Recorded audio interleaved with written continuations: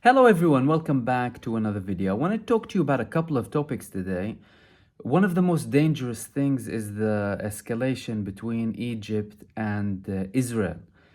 Israel is apparently warning Egypt. It sent a warning to Egypt this evening, telling them that they will carry out an operation in the Philadelphia line, which is the Rafah border between Egypt and Gaza, an area that Israel so far avoided, clearly due to understandings between them and the Egyptians. But they've been talking about the Philadelphia Strait for a very long time now, and Egypt always rejects the idea of Israel carrying out an operation in the Philadelphia line, in the Rafah border between Gaza and Egypt. Israel is claiming that the main tunnels for supply for Hamas are coming from Egypt. Now, Egypt already carried out operations against tunnels about 10 years ago. And in the recent talks with Israel, they agreed that they are happy to put in monitoring systems, additional monitoring systems on their side, but they didn't want the Israelis to interfere with notifications about any alerts, because Israel told the Egyptians, fine, but you need to notify us once there's any sort of dodgy movement. Egypt obviously doesn't want to do that. Officially, they deny having any tunnels between them and Gaza, but Israel obviously doesn't trust them. Now, this escalation is also coming after the Sisi's office, the Egyptian presidential office, they rejected a call from Benjamin Netanyahu. So a few days ago, the Israelis tried to reach Sisi. They spoke with the presidential office. They asked them to arrange a call with the Egyptian president, and they outright rejected. They said, we don't want to speak with you. Egyptian media is full of anti-Israel and anti-Zionist stuff.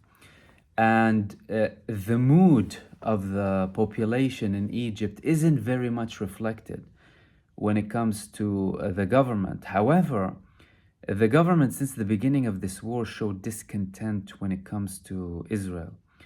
As a matter of fact, the Egyptian president rejected outright all of the initial pressure to expel the Palestinians. They were offered over $20 billion. They were offered that they will remove their international debts from Egypt and that they will compensate them. But the Egyptians didn't fall for it because they know there's a plan for Israelis to take over Sinai. And the Egyptian president even said back then, okay, if you expel them and they come to Sinai and they carry out operations against you, then we're responsible as a country. And back then he told Israel, take them to the Naqab, and only if you want to bring them back to Gaza after you finish. Because really and truly, the population in Gaza are mostly refugees from 1948 territories. As a matter of fact, 75% of them, 75 to 78% of them are refugees, the Gazans. And they've been imprisoned, obviously, for the past 17 years, not being able to go, walk, move, and living in an open-air prison. So this is a very serious escalation. And Diya Rashwan, who is in charge of the media press office in Egypt, he said that if Israel does carry out an operation on the Philadelphia line, this would be a serious and severe escalation that will threaten the relations between Egypt and Israel. Now, for anyone listening to these comments and threats, you'd say, okay, words again, right? But to understand what's actually happening, you need to understand the general tone. The Egyptian government, obviously, regardless of if you agree with them or not, right? It's not about that. But the tone is generally diplomatic, trying to find a solution, de-escalation, calling for a ceasefire. They don't want to increase the tensions. They don't want an all-out war, but they're constantly being pushed to the limit. And this latest threat might be extremely severe because it requires the Egyptian soldiers on the Rafah side to withdraw from their positions. So apparently, from multiple reports, one of them was in Sky News Arabia, and some of them were reported in Israeli media, but not officially, based on foreign updates, but there's clearly something there. They asked the Egyptians to take away their soldiers on the Egyptian side of Rafah. Now that's interfering with Egyptian sovereignty. Now obviously Egypt had sensitivities with any operations in Gaza altogether, but when it came to its borders, they look at it from a different perspective. So things could potentially get out of control if Israel unilaterally goes against Egypt and takes such action, because Netanyahu referred to something along the lines of what's happening in that area, saying that we have our interests earlier in his statement today, and they have their interest, in reference to the Egyptians. And he said that, you know, we're talking to them, everything is fine, but we have our own interests and they have their own interests, which is signaling that the guy is planning something that they might not potentially like, and this could lead to a further escalation, because the relations between Egypt and Israel have been probably the worst ever since the peace treaty that they signed together. The second thing that I wanted to talk about is Gaza. So Hamas, they might as well start funeral services in Gaza, because they're burying Israeli soldiers in Gaza. Yesterday, they blew up a tunnel with 7 Israeli soldiers inside it, and we haven't heard of any evacuation from Israel. Imagine. Now, some people might be surprised regarding this. Don't be surprised. Israel, up until a month ago, the rabbinate that's in charge of the funerals within the army, they declared 15 Israeli soldiers dead with an unknown burial location. This means they're sure that their soldiers are dead, but they didn't bother bringing them back home, or they thought that bringing their bodies would be too expensive for us. It would be at a really high cost of either further life losses, or we're unable to carry out the operation because of multiple complications. So this is not surprising. That's why I'm saying they might as well start funeral services in Gaza, Hamas. And we also had continued attacks in Khan Yunis. Israel has been constantly trying to take control over Khan Yunis. It's symbolic to them because it houses, it's the base of Yahya Sinwar. And clearly, the area is showing Israel massive resistance. Today, we saw Al-Qassam videos. For any of you who want to see the videos, by the way, go directly to their website, either alqassam.ps or go to Al Jazeera in Arabic. You can see them. And they blew up 3 tanks. This is only from what we saw. And the attacks were from on top of buildings, not even from tunnels, which again signals the freedom of movement and the control on the ground. So Israel is selling the illusion that they're in control. They have controlled most parts of Gaza.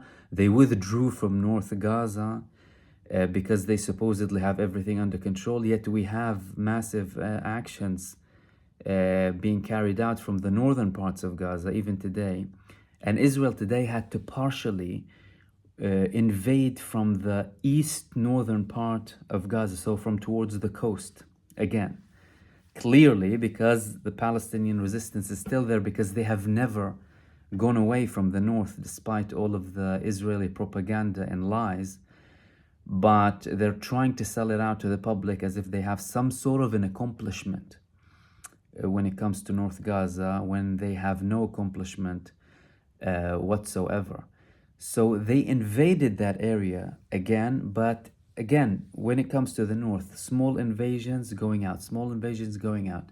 The same applies with Khan Yunis. Khan Yunis and other areas, mainly Khan Yunis, is witnessing the most severe attacks. And obviously, Israel carries out the massacres. Like today, the Ministry of Health in Gaza, they said they carried out 18 massacres, killing 170 people and injuring over 310.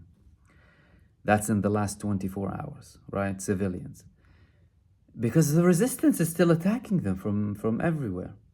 But they go and they attack refugee camps and places housing refugees, shelters, hospitals. 30 hospitals out of 36 are not functioning in Gaza. Imagine that. So it's still very, very tense when it comes to the resistance, and Israel is showing more and more signs of weakness and withdrawal. We've had reports of them getting into the third phase of the war today. I haven't read or seen an official statement that we're in the third phase, right? Because we're technically in the second phase, which is after the temporary ceasefire.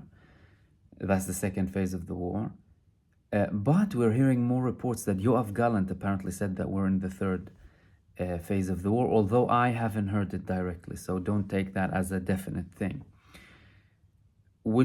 And obviously there's lots of talks about the third phase, especially from America and Israel's allies, get the third phase over and done with and get out. And the third phase is supposed to consist of multiple targeted attacks as and when necessary. So most of the Israeli forces could technically be outside of Gaza. They don't have to be inside of Gaza. But initially, and this just shows you and highlights the level of incompetence when it comes to the war objectives. Initially, the third phase of the war was considered to be the implementation of a new security regime in Gaza. So by the third phase back then, that's on the 20th of October, when you reach the third phase, you should have already gotten rid of Hamas. And obviously they had the objectives of demolishing the Hamas and creating a new reality, etc. And there's less and less talk about that now, by the way, even from Netanyahu himself. Like, you don't hear it very frequently from him. And in his statement today, unlike yesterday with regards to the ICJ, he's showing more defiance again. He's saying again, no one will stop us. Clearly, okay? No response again from major countries, US, EU. No one is responding to this man saying, I'm not going to respect your courts. Typical. That's why we didn't build a lot of hope on this. But another thing he said today, because there were many protests in Israel where the police attacked protesters in Tel Aviv and Jerusalem and in the Beersheba. And they were attacking protesters, sometimes very violently. And Netanyahu said that these protests are supporting the Hamas. Imagine that. And the protests were mostly to release the hostages. Obviously, he continues to reiterate, yeah, we're going to release the hostages. We're going to release the hostages. And that's one of the main aims. And he'll blatantly say, like, we already released 110 hostages. But that wasn't because of your military campaign. That's because you reached a deal with Hamas through negotiations. So he's selling these lies to the public, and some of them still believe him. But clearly not most Israelis. Like a recent poll that Ma'ariv newspaper website did show that the Likud is down to like 16 mandates, which is an all-time low when it comes to the last 20 years or so. So their situation is appalling. If there were elections now, it would be an absolute defeat for Benjamin Netanyahu and the far right. So he's not liking the fact that there's more pressure on him from the public when it comes to the protests, but they're not listening to him. And they're still increasing the protests and the pressure on him to try and reach a solution. And the final thing that I want to talk about is actually, before I get to the last thing, we had another attack from the Iraqi resistance on Ain al-Assad base in Syria, before I forget. So all of the region was in flames today. But the last part that I want to talk about is Lebanon.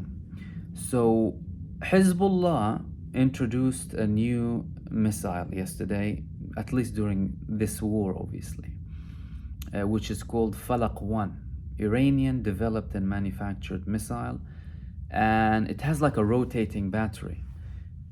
Launches missiles and it can be hidden very easily. So yesterday they launched about 6 missiles on Israeli posts, and from the middle of the mountain. Like, if we saw the video, obviously everything around it was blurred that Hezbollah published. From the middle of nowhere, again, similar to Hamas and Gaza. Hamas out of the sand, and Hezbollah from the mountains. You see a bit of smoke and rockets flying, and then everything disappears as if nothing is happening. They're so sophisticated, their tunnel systems up in Lebanon. So today they attacked 5 Israeli bases and 3 soldier gatherings included, and direct hits. And they used some of those missiles, Falaq 1, and they also used their very heavy Burkan missiles, again, that have between a warhead that weighs between 300 to 500 kg. And we had reports from Israel about reports from Lebanon, that was published in Ma'arif also, that we need to prepare for an all-out war. Like, you know, the next few hours, we're talking about an all-out war. Apparently, they're quoting a source from Al-Manar, which is Hezbollah's media arm. I haven't seen it, but I'm not sure if Israel's trying to test the waters when it comes to that, see about the level of preparation or whatever that is, because the prospect of an all-out war going out against Lebanon is very, very probable. Because you focus less on Gaza, you have more resources for Lebanon. I mean, I said yesterday in my live stream, if Hezbollah did what they did and there was no war in Gaza, there would have been an all-out war in Lebanon. It wouldn't have passed like this. But because the resources of Israel when it comes to army and investment and weapons and all of that are in Gaza, and even with that they're struggling when it comes to recruiting soldiers, when it comes to people fleeing the war, unwillingness to fight. That's why they introduced a new brigade there, a new division. All of that signals that they might be preparing for an attack on Lebanon. Yesterday I spoke about how stupid it would be as a move, but then again, all of what they're doing in Gaza is stupid. I mean, instead of trying to reach an agreement, they're prolonging this war, and they're prolonging the bad image on them across the world, and they're prolonging everything negative against them. They're exposing themselves even more day by day, and they're not thinking about the day after. It's like, do you think everyone is going to forget what you've just done when it comes to Gaza? And it's not like it's even stopping. They're looking to continue. Now with the talk on of the Philadelphia Strait, you're talking about a move that would take at least 2 to 3 months. And even in 2 to 3 months, you won't gain anything. I mean, let's be clear. If in the central of Gaza, if in the northern part of Gaza, which is mostly empty land, I mean, the edge of North Gaza is open areas, right? You had your bases there, you tried to attack the tunnels or whatever, you revealed this massive tunnel, and the resistance still had activity. How do you think you're going to be successful when it comes to the Philadelphia Strait, the Philadelphia line, that leads to Egypt, the Rafah border? And what are you going to do if you find a tunnel that leads to Egypt? Go into Egypt? If you go into Egypt, that's Egyptian territory. You're invading another territory, and the whole calculation will be different by then. And there's so much that the Egyptians will tolerate when it comes to Israel's campaign, especially in such a sensitive area that can explode at any moment, and that Egypt historically considered to be very, very strategic. And these were the main things that I wanted to talk to you about today, and I will hopefully see you soon in the next video. Take care.